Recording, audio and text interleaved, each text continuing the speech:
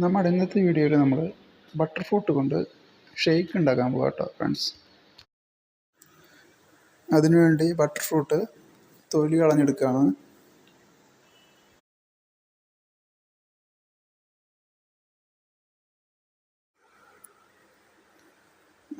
അതിനുശേഷം butter fruit നുറുക്കിയെടുക്കണം.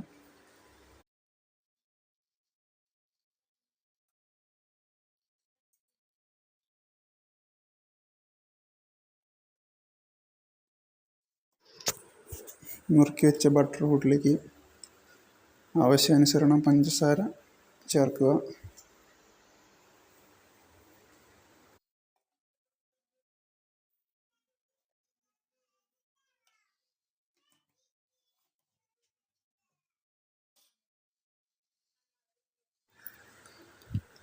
അതിനുശേഷം അതിലേക്ക് നമുക്ക് ആവശ്യാനുസരണം പാല് ചേർത്ത് വയ്ക്കാം.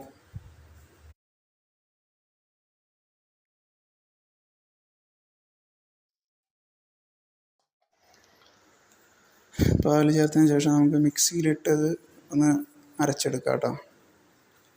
നല്ല രീതിയിൽ അത് അരയാൻ വേണ്ടിയിട്ട് നല്ല രീതിയിൽ തന്നെ അരച്ചെടുക്കാം മിക്സിയിലിട്ടിട്ട്.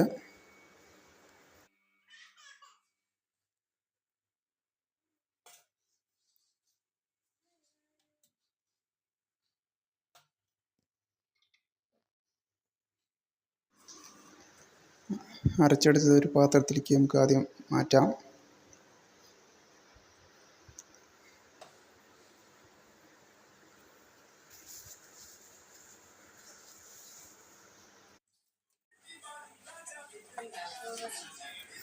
നന്നായി ഇളക്കി കൊടുക്കണം കേട്ടോ. സ്പൂൺ ഉണ്ട്, അതിൻ്റെ കട്ടയുണ്ടെങ്കിൽ അത് ലൂസാകാൻ വേണ്ടിയിട്ടാണ്.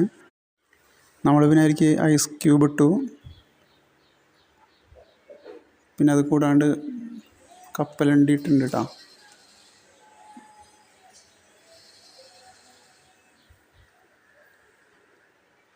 എന്നിട്ട് നമ്മൾ അത് ഗ്ലാസ്സിലേക്ക് മാറ്റി ഇനി നമ്മൾ പാറുവിന് കൊടുക്കാൻ പോകാം കേട്ടോ.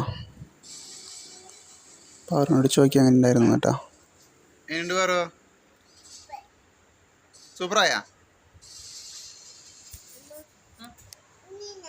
ഇനി വേണോ?